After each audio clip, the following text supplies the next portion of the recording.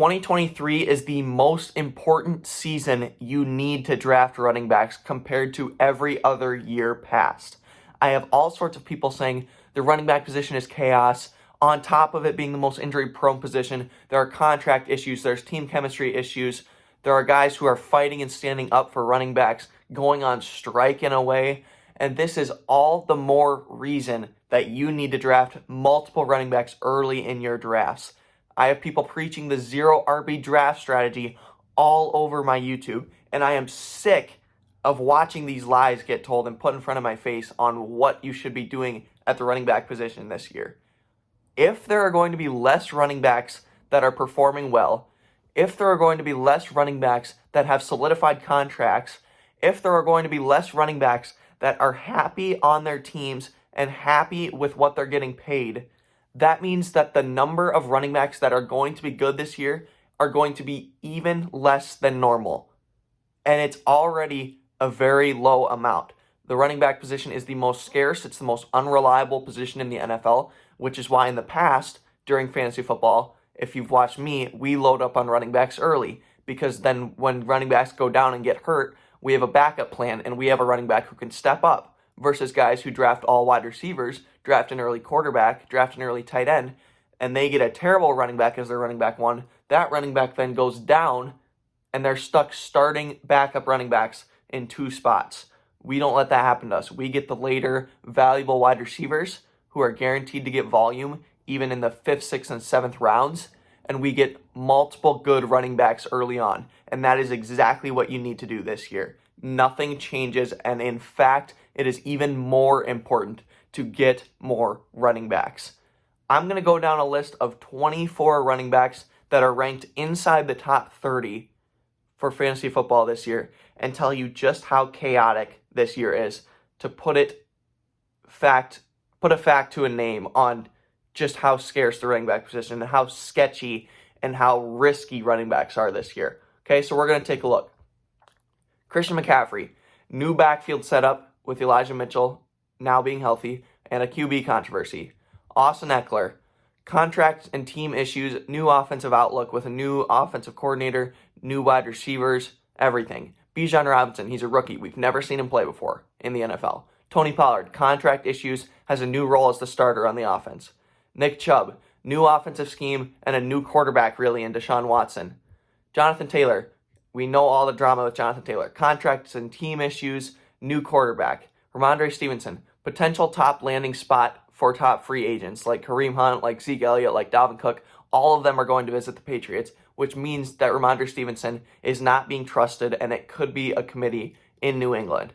Josh Jacobs has contract issues and has a new quarterback. Breece Hall coming off an ACL tear, and the Jets are also a potential top landing spot for other veteran running backs who are unsigned at the moment. Travis Etienne, the Jaguars drafted a running back and they're planning to have a backfield by committee. Aaron Jones has a new offensive scheme, has a new quarterback, is in a backfield by committee. Jahmyr Gibbs, he's a rookie. We've never seen him play before. He's also going to be in a committee backfield. Miles Sanders on a completely new team. Kenneth Walker, they drafted a rookie QB or a rookie running back behind him, and they've said it's going to be a committee backfield. We're only 14 done, and you guys need to be able to see how much risk there is with these running backs, okay? We're going to keep going. Number 15 on the list is Cam Akers. The team chemistry is terrible. He literally quit the team last year after being a decent pick in drafts. On top of that, the QB is a question mark with Matt Stafford. James Conner. We don't even know if Kyler Murray's going to play. Kyler Murray is a complete mystery. He's probably just playing Call of Duty. We don't even know. Alexander Mattison has never been a starter before in his life, and now he's being asked to be the starter, while also having rookie running back behind him.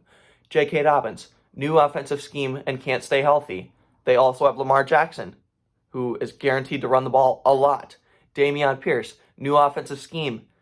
Rachaad White, new QB. Javonte Williams coming in off an ACL tear, a new head coach. Alvin Kamara, suspended, committee backfield, new QB. DeAndre Swift, new team, committee backfield. David Montgomery, new team, committee backfield. Drafted a rookie on the same team as him. Are you guys understanding how much risk there is with every single running back?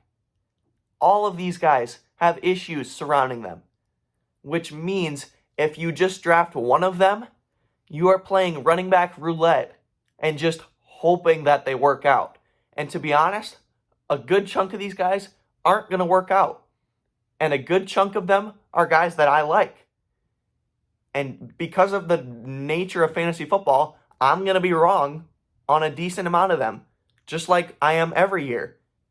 But I promise you, if you load up on these guys early, if you get several, if you get 2, if you get 3 of them, 2 or 3 are going to work out. 1 or 2 are going to work out. And then you will have wide receiver depth for days until the 8th, 9th, 10th round of your drafts. Are you seeing what I'm saying?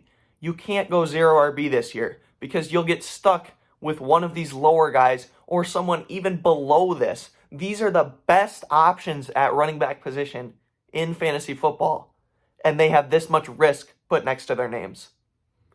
You can't not draft running backs. You can't. I listed 24 guys here who have all sorts of risks with them, and they are safer than the guys lower than them. This is the reality of the situation. This is the year where you have to take running backs more than any other year. This is not the year to go 0 RB because you're scared of the risk. No, you need to be prepared. You need to be prepared when your running back goes down.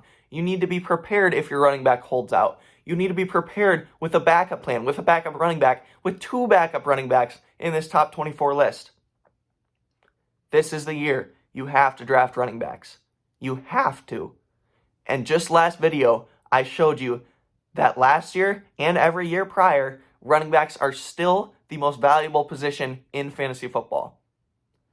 It doesn't matter if it's standard scoring, it doesn't matter if it's half PPR, it doesn't matter if it's PPR scoring. My last video where I defended running backs as the most scarce position was in PPR scoring.